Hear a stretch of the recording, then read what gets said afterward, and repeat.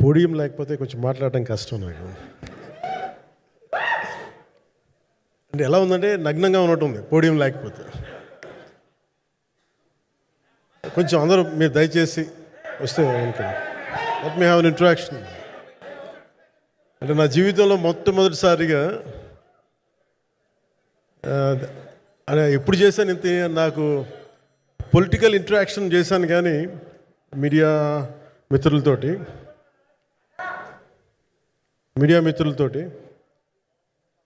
Cinema పరంగా నేను ఎప్పుడు ఆలోచించలేదు, ఎప్పుడు నాకు చేయలేదు. ఫస్ట్ టైం మొదటిసారి నేను ఎప్పుడు కొంచెం మొహాట పడతాను మాట్లాడడానికి సినిమాకి సంబంధించినంత వరకు. ఇక్కడ సినిమాని ఎలా ప్రమోట్ చేసుకోవాలో నాకు తెలియదు.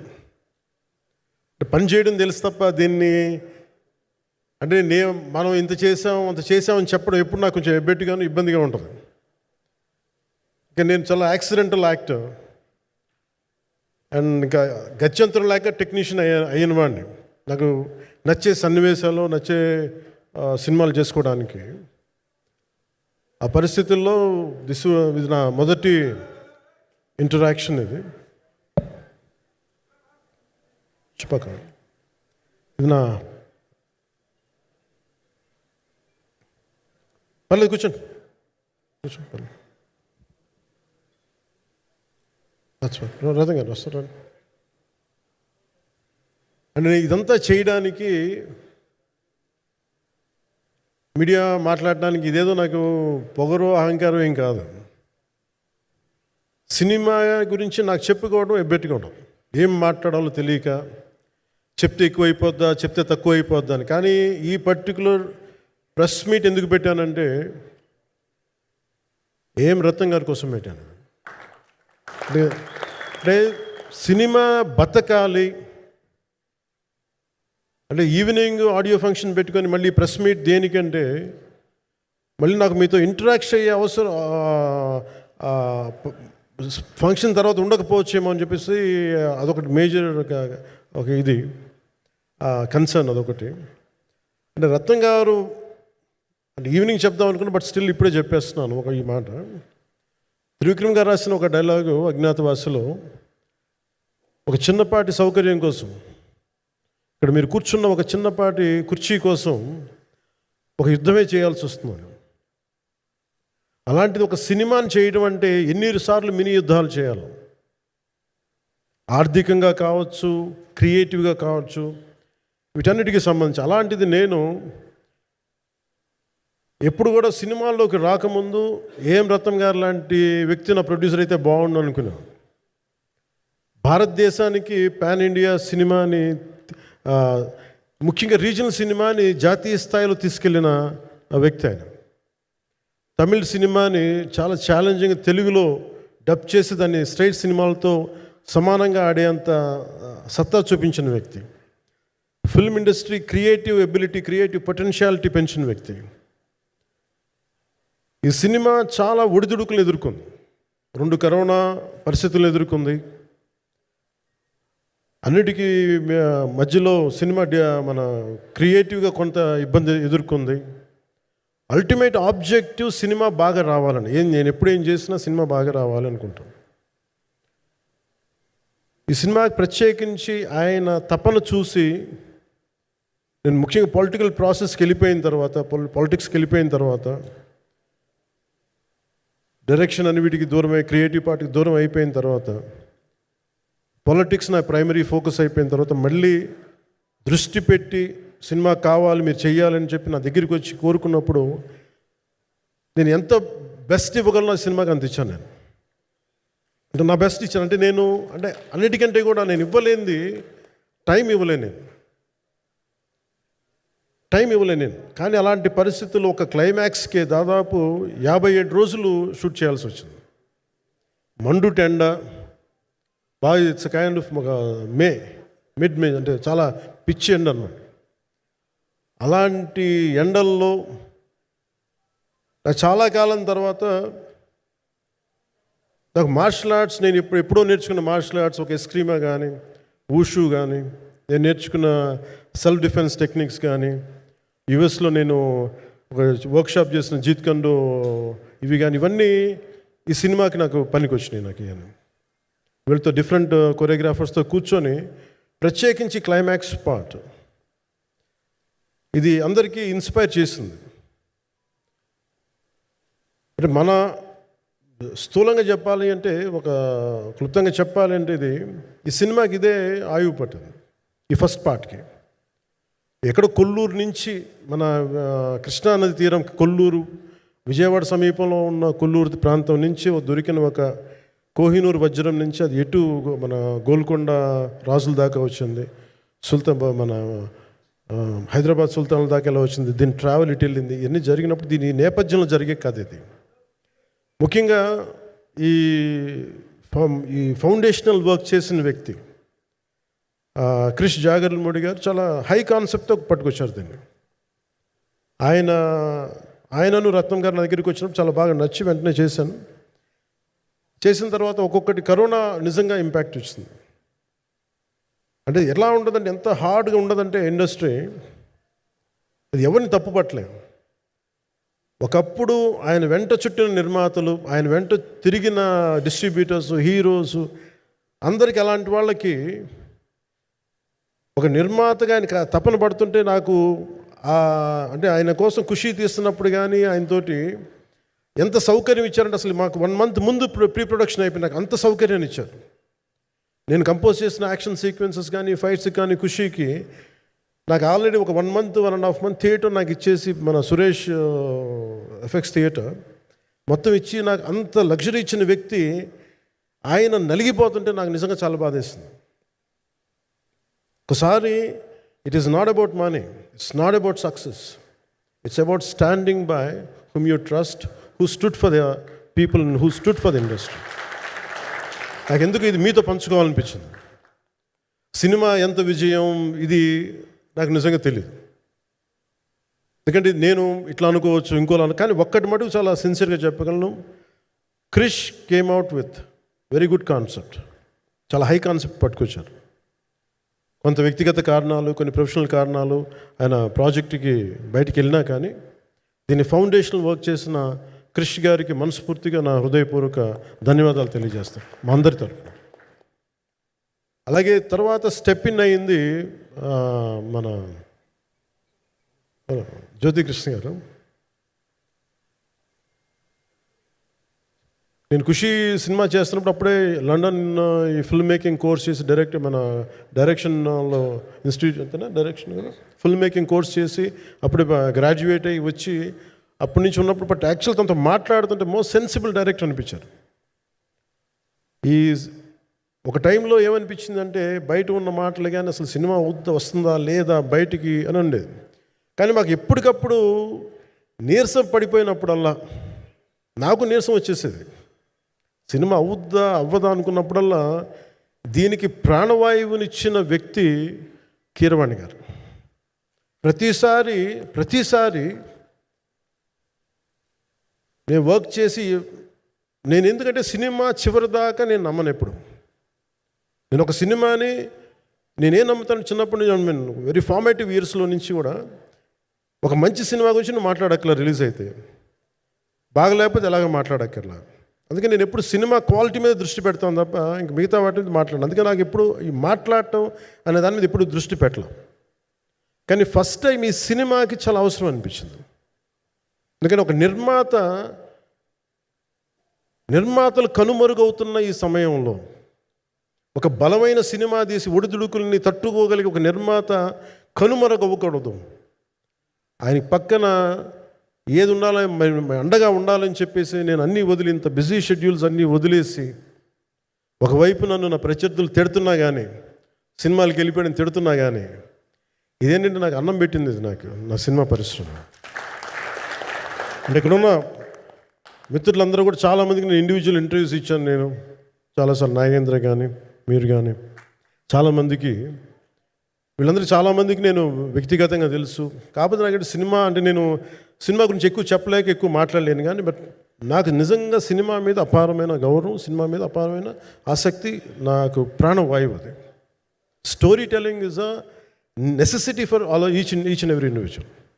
సో సినిమా అది మనకి కల్పిస్తుంది, సినిమా మనకి అలాంటి. కానీ ఈ సినిమా ప్రత్యేకించి చాలా ఛాలెంజింగ్ సర్కమ్స్టాన్సెస్లో, చాలా ఒడిదుడుకుల్లో, యాడ్వర్స్ కండిషన్స్లో కూడా మనస్ఫూర్తిగా దీన్ని ముందుకు తీసుకెళ్ళి, ఆర్థిక ఇబ్బందులు ఎన్ని వచ్చినా కానీ, అంటే నాకు పొలిటికల్గా పేరుండొచ్చు, దేశవ్యాప్తంగా నేను తెలిసి ఉండొచ్చేమో, కానీ సినిమా పరంగా వచ్చేటప్పుడు నేను చాలా హీరోస్తో కంపేర్ చేస్తే వాళ్ళందరికంటే చాలా తక్కువ నేను.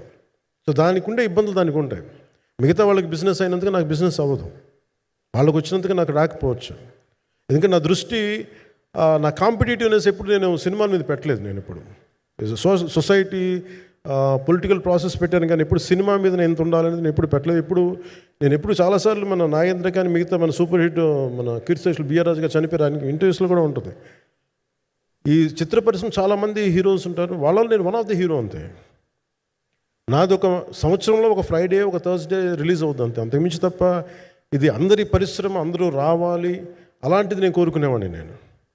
సో దాంట్లో భాగంగా రత్నం గారు లాంటి నిర్మాత బతికుండాలి, రత్నం గారి నిర్మాతకి ఇబ్బందులు కలగకూడదని చెప్పి లాస్ట్ మినిట్లో ఇంక చూసిన తర్వాత I stepped in to it. నేను భుజాల మీదకి తీసుకున్నాను ఇది. క్లైమాక్స్ని ఎలా భుజాల మీదకి అంటే, ఎందుకంటే ముఖ్యంగా ఇక్కడ ఇది ఇంకొక బలమైన స్టార్ కాస్టింగ్ చాలా బాగా చేశారు ఆయన. ముఖ్యంగా బాబీ డియోల్ గారిని అంటే ఈరోజు చూస్తుంటే నాకు అదే అనిపించింది. ఈరోజు మన ప్రెస్ మీట్ కూడా నేను వచ్చాను. అందరూ ఎంత బిజీగా ఉన్నారని కొన్ని రాత్రుల నుంచి నిద్రలేదు. మన మనోజ్ పరమహంస గారికి కానీ, రత్నం గారికి కానీ, జ్యోతి గారికి కానీ.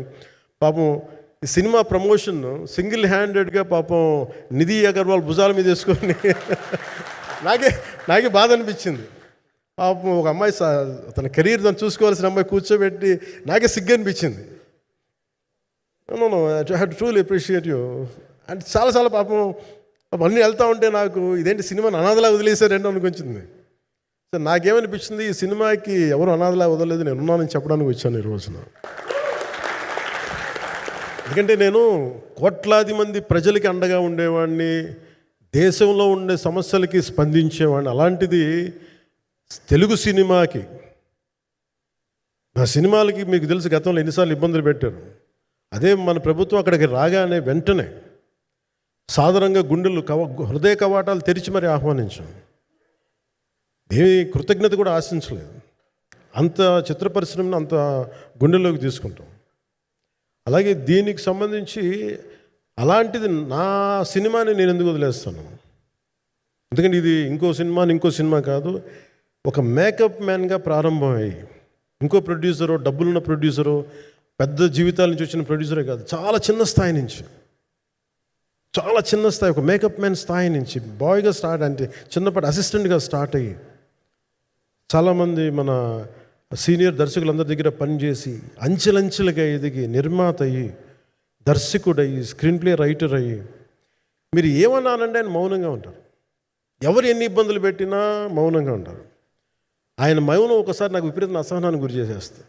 మీరు ఏదైనా మాట్లాడాలంటే ఎవరు ఇబ్బందులు పెట్టి ఏం ఎదురు తిరగరు ఏంటంటే ఇలా అంటారు, ఏం చేయాలి. ఇంకా ఇలాంటి వ్యక్తికి ఆయన మౌనం నన్ను ఇలా రోడ్ల మీదకి వచ్చి ఇలా మీ దగ్గరికి ముందు నుంచోబెట్టింది.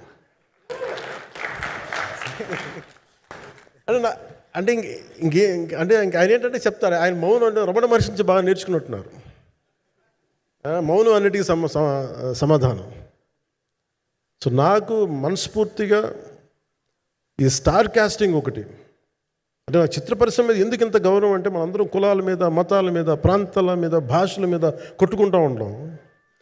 But any film industry take in this world, especially Indian film industry, దీనికి there is no caste discrimination, there is no region discrimination, there is no religion discrimination, nothing. It's purely your creative potentiality, purely your creative ability. నువ్వు చిరంజీవి గారి తమ్ముడు కావచ్చు, చిరంజీవి గారి కొడుకు కావచ్చు, లేదంటే ఇంకొకళ్ళు అబ్బాయి కావచ్చు, మేనల్లుడు కావచ్చు, ఇట్ డజంట్ మ్యాటర్. నీకు టాలెంట్ లేకపోతే నువ్వు నిలబడలేవు, నీకు సత్తా లేకపోతే నువ్వు ఇక్కడ ఉండలేవు. అది నా కొడుకైనా సరే.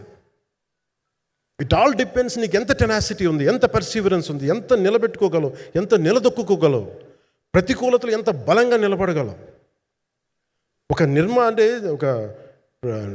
ఒక నిర్మాత సినిమా తీయడం అంటే ఒక యజ్ఞం చేయడం లాంటిది. తిట్లు తినాలి, ఇబ్బందులు పడాలి, అన్నీ పడిన తర్వాత ఫైనల్ డబ్బులు మిగిలితే కూడా లేదు తెలియదు. ఇలాంటి పరిస్థితుల్లో నాకేమనిపించిందంటే ఈయన పడ్డ కష్టం చెప్పాలనిపించింది ఈ రోజున.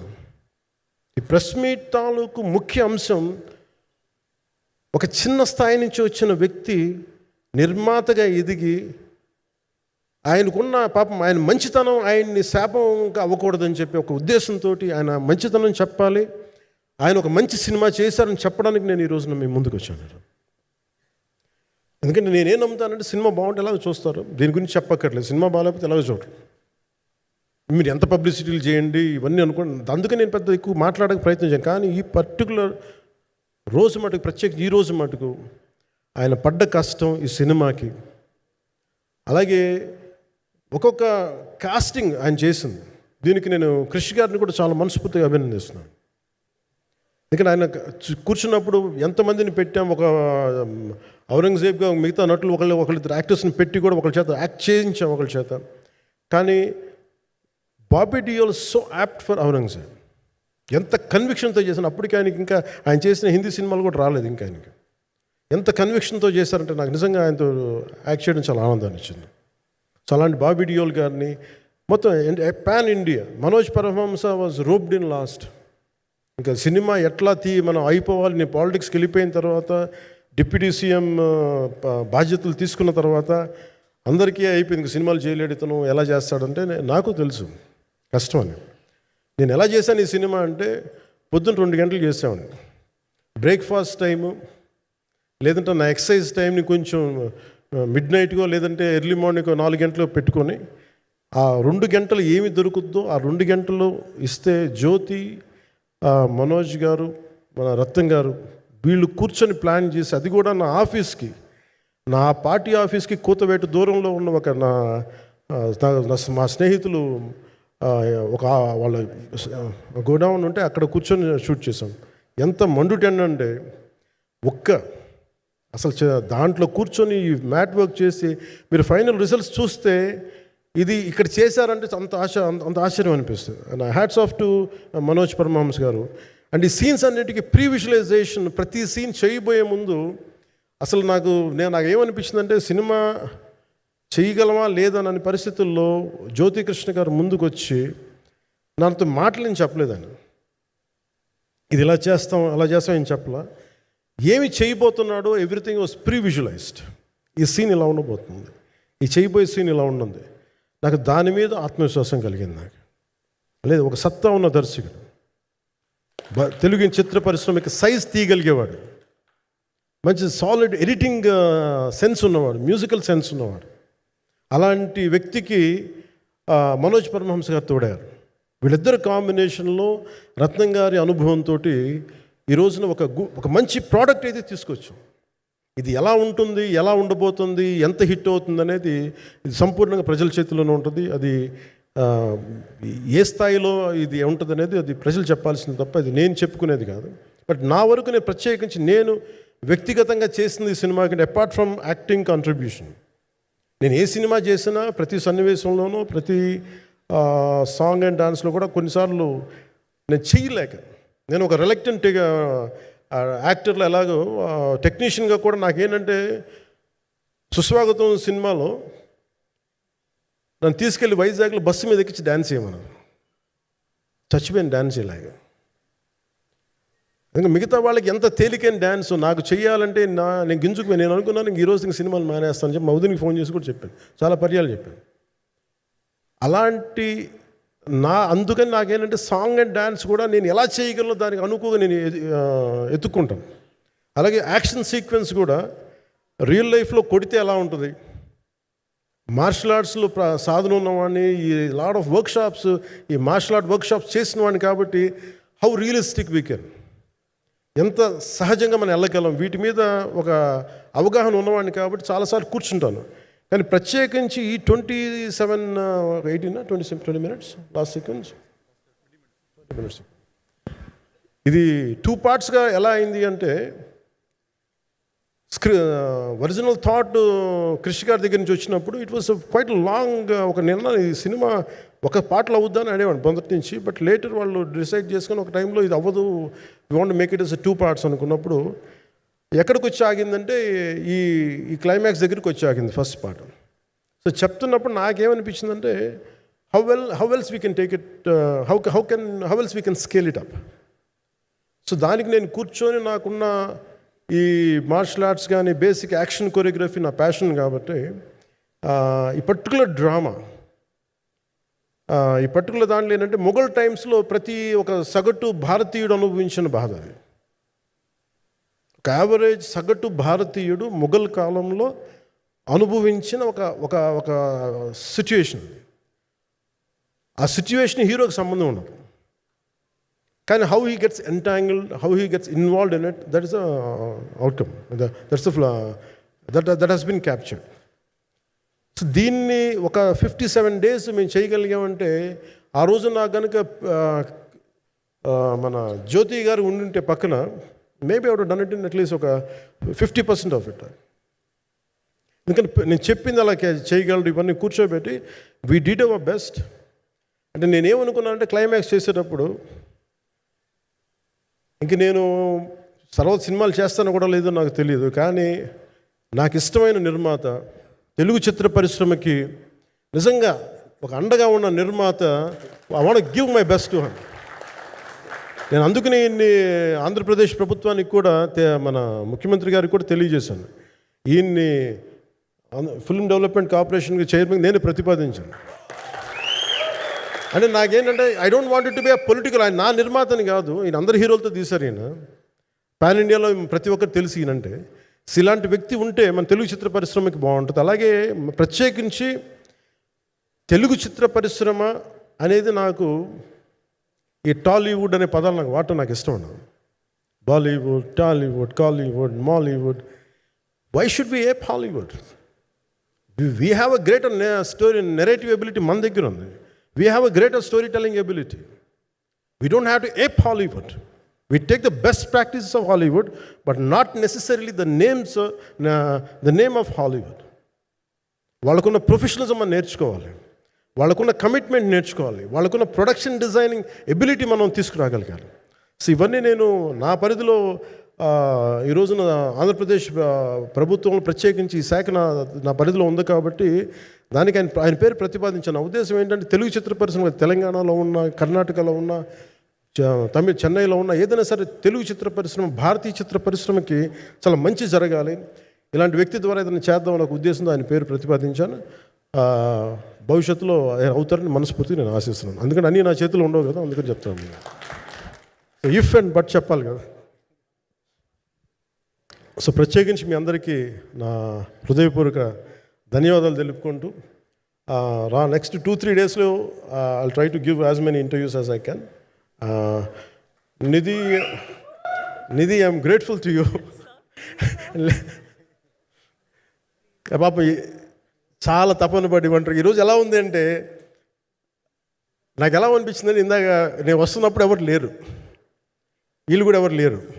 నేను వచ్చి చాలాసేపు కారులో కూర్చున్నాను, ఎందుకంటే మళ్ళీ మీరు తిట్టకూడదు, లేట్ వచ్చాడు, నీకు డిప్యూటీ సీఎం అయితే పొగరు వచ్చేస్తాను మీరు అనుకో అంటారండి. నాకు అట్లా అనిపించలేదు.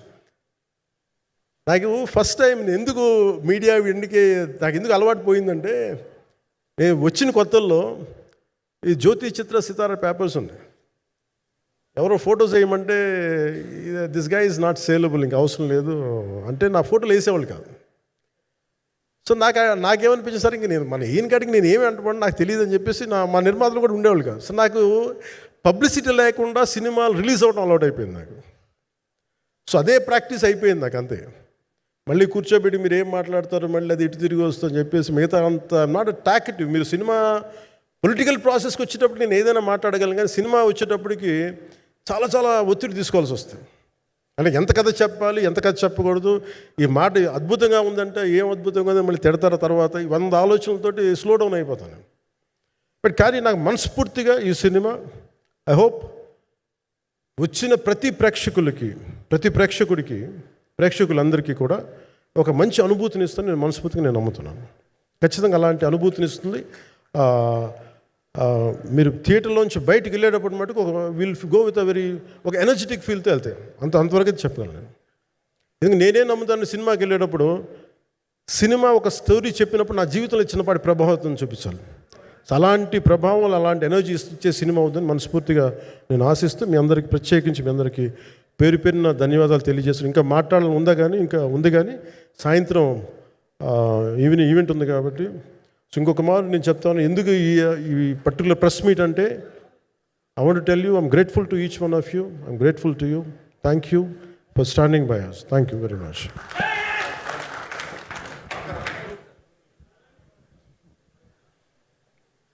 మీడియా మిత్రులందరికీ